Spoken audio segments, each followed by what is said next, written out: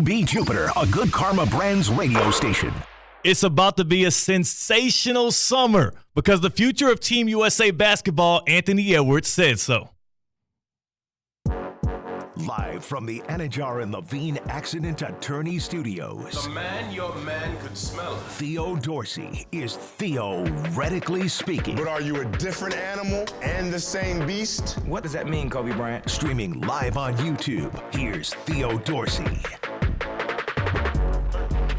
I certainly hope y'all missed us as much as I missed you all. It is a Monday, a Duffy's MVP Monday here on Theoretically Speaking. And it's a beautiful day. We're brightened up here in the studio. C-Cat is actually on the road. He's headed to Vegas for Big 12 Media Day, so he won't be in today. We got Damian on the ones and twos filling in for him. And a breath of fresh air in here. We have introducing to you all for the first time on Theoretically Speaking, but not the first time on ESPN West Palm. We got Emily Smar in for the day from the Palm Beach Post. You know her pen game. You probably follow her on Twitter, and you know all the wonderful things she does for high school athletics here. Now she's here to fire off some hot takes in the summertime. Emily, what up? Just reeling off of that. Here's what we're going to do, Emily. Stop. First, quick, first Radio 101, because you are a print journalist, you are a friend. I need you to move the microphone right over there closer to you, and you're going to want to talk into that thing right there. You know, I actually did consider asking you about that during the countdown situation. I saw it over there, but then I was like, my voice carries. Yes, it does. Maybe it'll make it over there, but now we know. Well, you know, these things more unidirectional microphones, but you know what? Hey, that's why we have you here. That's why we're getting into the works of these things. A great way to start it off. That's going to make for a great short later. You pulling the microphone actually into frame. Yes. Also, a person that's just here for content, also for getting buckets, is really a person that is starting to. He's really warming himself up to maybe be one of many people's favorite players in the NBA. But beyond that, he's on my top 5 list for sure. Just guys I love watching play basketball, and guys who I also love tuning into any press conference, anytime there's a microphone in front of his face. I mean, all these other dudes have podcasts and their own shows. Why don't we get Anthony Edwards his own podcast as well? That will create a great content machine in itself. But he's got the people talking.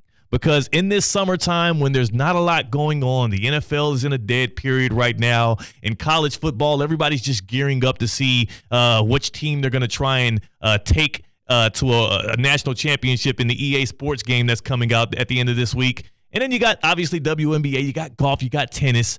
But the Summer Olympics are gearing up in Paris, and Anthony Edwards has people talking because he opened up his mouth to the media. And he said something that, I mean, it has a lot of people concerned. Some people wondering who is the alpha on this Team USA basketball team. But to me, this is more of the same from a guy that is a burgeoning star in the league. Here's Anthony Edwards when asked about who's going to be the primary scoring option, the focal point for Team USA basketball as they try to get their 5th gold medal in a row. I'm still the number 1 option. I mean, y'all might look at it differently. I don't look at it differently. And how does that manifest? How do you go about it? You just go about it the same way? Yeah, I just go out there and be myself. Shoot my shots, play defense, and, you know, they got to fit in to play around me. That's how I feel. Nice. We'll cut that right there. It was a little hard to understand, but if you would, he pretty much said on a roster that sports LeBron James, Stephen Curry, Kevin Durant, Kawhi Leonard, you know, the likes of these kind of guys, Jason Tatum, fresh off an NBA Finals championship, 22-year-old Anthony Edwards, who is going to be playing in his first Olympics, is professing he will be the number 1 option, and those guys will have to follow in his path. Now, Emily, I wanted to get this. This is a democratic show right here, as in we are a democracy, as in we let people vote on these things because we like to let people have their say in things. That was not a political party representation thing, more so you guys get to vote on it. So what I want to do is put it out on Twitter. If you check in at ESPN West Palm, we tweeted out the Palm Beach County Supervisor of Elections poll of the day, and it is, who is the best player on the Team USA basketball roster. This morning, we heard Chris Canty on Unsportsmanlike from 6 to 10 a.m. profess that Anthony Edwards is the best guy that Team USA has to offer. We have your options: Anthony Edwards, LeBron James, Steph Curry, or other, and you can tweet under that to decide who you think it is. And that Twitter poll, the poll of the week, is presented to you by the Palm Beach County Supervisor of Elections. You know, the August primary elections are coming up, and they're coming up on August the 20th. That's right around the corner. Florida is a closed primary state, which means that voters can only vote for candidates within their same party. Eligible voters can vote in one of three ways. You can either do it by mail, by early voting at a location from August 10th through August 18th, or on Election Day from 7 a.m. to 7 p.m. Visit votepalmbeach.gov to view your status and learn more, and we'll see you at the polls. We'll also see you on Twitter for you to put in your vote. Cast your vote for who is number one on Team USA for this men's basketball team. Is it Anthony Edwards? Is it LeBron James, Steph Curry, KD? Who could it be? Now, Emily, you admittedly aren't the biggest NBA fan, but you're a ball knower. You love sports. You're in the game, right? You're always pinning. Aware of ball. Yeah, you're aware of ball. So for you, when you look at that roster, you have all of these vets, all of these lead guys, all of these guys who are faces of their own franchises. Who pops out to you? Who do you think from afar is and should be the go-to guy for the Paris Olympics for Steve Kerr? Oh, boy. I've always been a KD truther growing up my entire life. That's just always kind of been the one player who, in my limited knowledge of the NBA, I've always known that guy's a dog. So I'm probably going to go with KD just for my personal preference. But, I think that was quite the statement, Mr. Anthony Edwards. You got to love that. Here's the thing. I love your enthusiasm. Yeah. Don't hurt yourself. He's a guy, though, you want him to be that pit bull, right? He's the youngest guy on the roster. He's the most athletic guy that they have going into the Paris Olympics, and you want him to be playing like a dog unchained out there. You want him to be playing like a guy who has a lot to prove, because that's the kind of energy they can use when they're going up against these scrappy squads that's trying to take the big, bad Americans down. Like, this is the young energy I'm sure the vets in the locker room want to see, but it does make me wonder, if you're Steve Kerr, and if you're Eric Spoelstra, who's on the bench with them, you got to come up with a starting five and a closing five that can win you games, that can have chemistry and synergy on the court to play against some of these teams that actually play a lot more reps together when you think about the Serbias and the Croatias and all the other teams in the Olympics. So I'm like, yeah, we're debating on who's going to be the top player, who's going to be the go-to guy, and that poll is live. We'll read you the results later on in the day, as well as continue to give you our Duffy's MVP of the Weekend candidates. But I want to dig into what the top five, the starting five, should be for the Team USA men's basketball team this summer in Paris. So I'll go ahead and do that. I'll give you my Educate me. Top five. Yeah, I mean, come on. Me. This is what we need. That's what the people ask for. Let's get a little music underneath. To give it a little bit more vibes. Here is the starting five I have. If I'm Steve Kerr, if I get to take over for Team USA basketball here as they get ready for their scrimmage with Canada in a couple days and get ready for the Summer Olympics, the Summer Games.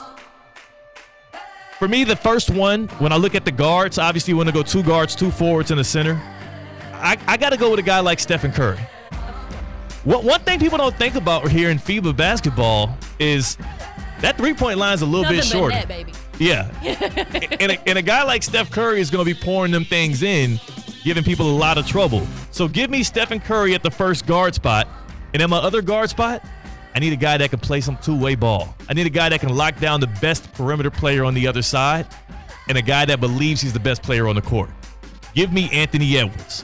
At 22 years old, being a lockdown defender on the perimeter and also being a nice secondary or tertiary option on offense to attack the rim, create some rim pressure. So my backcourt, Steph Curry, Anthony Edwards. So far, Emily, what do you grade me on that? Beautiful. Come on. I grade that an A+. That's what I'm talking about. Now we got to move to the forwards. It gets a little bit more interesting for Team USA. But this one should be easy to me. If Kevin Durant and LeBron James say, hey, we're going to play in the Summer Olympics for Team USA, we're going to give up our offseason as we go into ring chasing mode on the back end of our careers. We only have a couple more years in the league. But Spo, Kerr, we're here for you. You know what you do? You roll them boys out Run. in the starting 5. Yep. You let both of them go. One thing that people forget is Kevin Durant, he is an electric scorer, especially in the Olympics. When you're 7 foot tall and you can shoot from anywhere in the gym and create your shot at any point, give me that guy, and LeBron James can be the fulcrum of any offense. He's the smartest dude on the court every time he steps on the court. So I got Curry, Anthony Edwards, LeBron James, and Kevin Durant. And then at the big man slot, this one hurts my heart because I'm a Miami Heat fan. Does it hurt that bad, though? It does. It really does. I guess I have control over it, so I could have went the other way. Hey, we choose what hurts us. As a Heat fan, though, I had to leave Bam Adebayo on the bench. I obviously am leaving Joel Embiid out as this is his first Olympic game, so he needs to adjust to the rules and figure things out. Plus, there's no foul hunting. There's no foul hunting when you're playing in the Olympics. The FIBA refs don't go for it. Give me Anthony Davis. Rim protector, goaltend a little bit, and a synergy he has with LeBron James. Yep. That's my starting 5 right there. That's it. So I got Curry, Edwards, Durant, LeBron, and Anthony Davis. Steve Kerr, phone me up. I know you're looking for some help out there. Phone me up. That's exactly what you should go with. It's the obvious starting 5 for Team USA men's national team. Emily, again, you loved my backcourt. Overall, is this similar to what you would have had for a starting 5 for Team USA? Overall, it's absolutely similar. The only thing that I would bring into contention is what we had kind of discussed earlier with my whole distraction tactics. Yes. Having LeBron on the bench just with like the Game 7 face. Just staring down opponents the entire time because I'm not going to be focused on getting to the net. I'm going to be like, why is LeBron staring at me? And also, when is he coming in the game? Exactly. And at what point do I anticipate him hopping off the bench? At that point, mentally, I'm checked out. If you're on the other side of the court, options. Yeah, if you're on the other side of the court and Team USA has a 7-point lead and LeBron hasn't even stepped foot on the court yet, you're just waiting for him. Bit of a mental game. I'm not mad at it. Emily Smart from Palm Beach Post giving us a LeBron off the bench thing. I'm not sure if his ego would allow him to sit on the bench to start a game. He won't do it much in the NBA, and I'm sure he wouldn't want to do it in the Summer Olympics. But I think his ego is already kind of starting to level out a little bit with his new dad-ager responsibility. Yes. For Bronny James. I mean, he's trying to play ball. He's a dad not only to his new teammate, but he's got a son playing high school. He's the Kardashian of the NBA. LeBron James? Yep. The Kardashian now, of the NBA? Officially. Oh, my goodness. I don't know if that's a good thing or they make a lot of money over there. I'm not sure if it's a good thing or a bad thing for the future of the Lakers that we have now King James being compared to Kim Kardashian. Emily, Chris.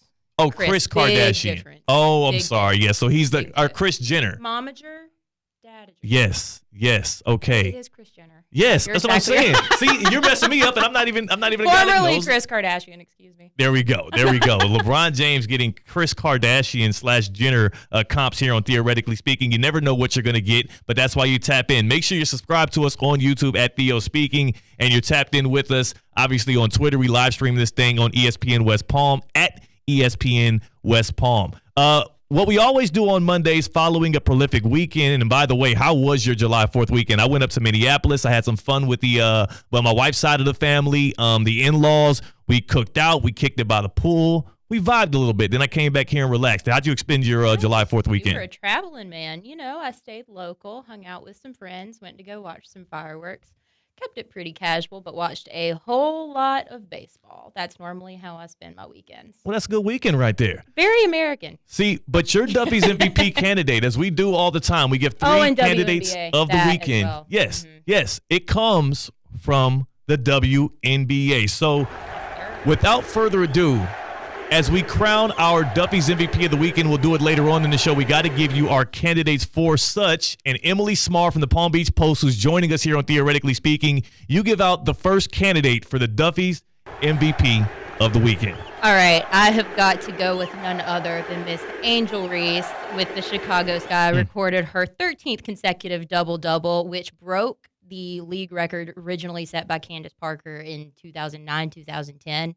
She had 17 points, 14 rebounds in a loss against the Seattle Storm. You could argue that she's not an MVP because they lost, but you know what? I don't care. If you watch that game, she put that whole team on her back. Whole team. So, I mean, granted, she does have some great support in Castle Camilla Cardoso, et cetera, but Angel Reese, none That's all that needs to be said. It's easy. I love the giving the shine to Angel Reese because what she's doing is prolific to be able to string together that many double-doubles in a row. But she lost a basketball game. We can't get lost in all of that. You can only win so much whenever the others around you are not winning. Oh, calling out the rest of the Chicago Sky. I absolutely am. Pull up and help out Angel Reese. He's the first. Somebody help Angel Reese. The first Duffy's MVP candidate of the weekend going to Angel Reese. 17 points, 14 boards, breaking records and snapping necks with her pregame spits as well. I mean, she could dress. She could step out on them. When we come back here on Theoretically Speaking, two teams that share a home stadium and they share postseason success droughts that both extend past 2 decades. We're talking the Miami Hurricanes football team and the Miami Dolphins. Which one has more pressure on them to actually win a postseason game this year? And we're talking playoffs, not just a bowl game. And then also, before we go, I do got to tell you about the Boca Raton Bowl. Emily, you've been down here in Palm Beach County, 3 years now? I have, long enough to know that it is Boca Raton and not Boca Raton. Oh, see, as I thought before I came down here. You're trying to get too fancy with it. Boca Raton. Boca Raton. It's cool. It's Yeah, chill. no, exactly. It's vibes. And the greatest outdoor party in Boca Raton, in the place that we all know as paradise, the greatest outdoor party every single year is the Boca Raton Bowl. We already know what day it's kicking off. It's December 17th at FAU Stadium this year.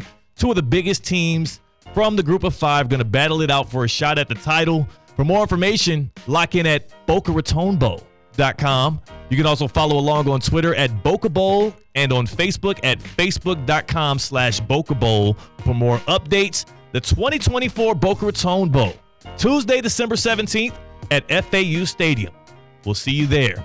On the other side, Emily Smart from the Palm Beach Post and I debate out who has more pressure on them to win a playoff game. The Miami Hurricanes, who are trying to make their first bid into the college football playoff now that it's expanded to 12 games, or 12 teams, or those Miami Dolphins, who have not won a postseason game in 24 years, the longest active streak in professional sports.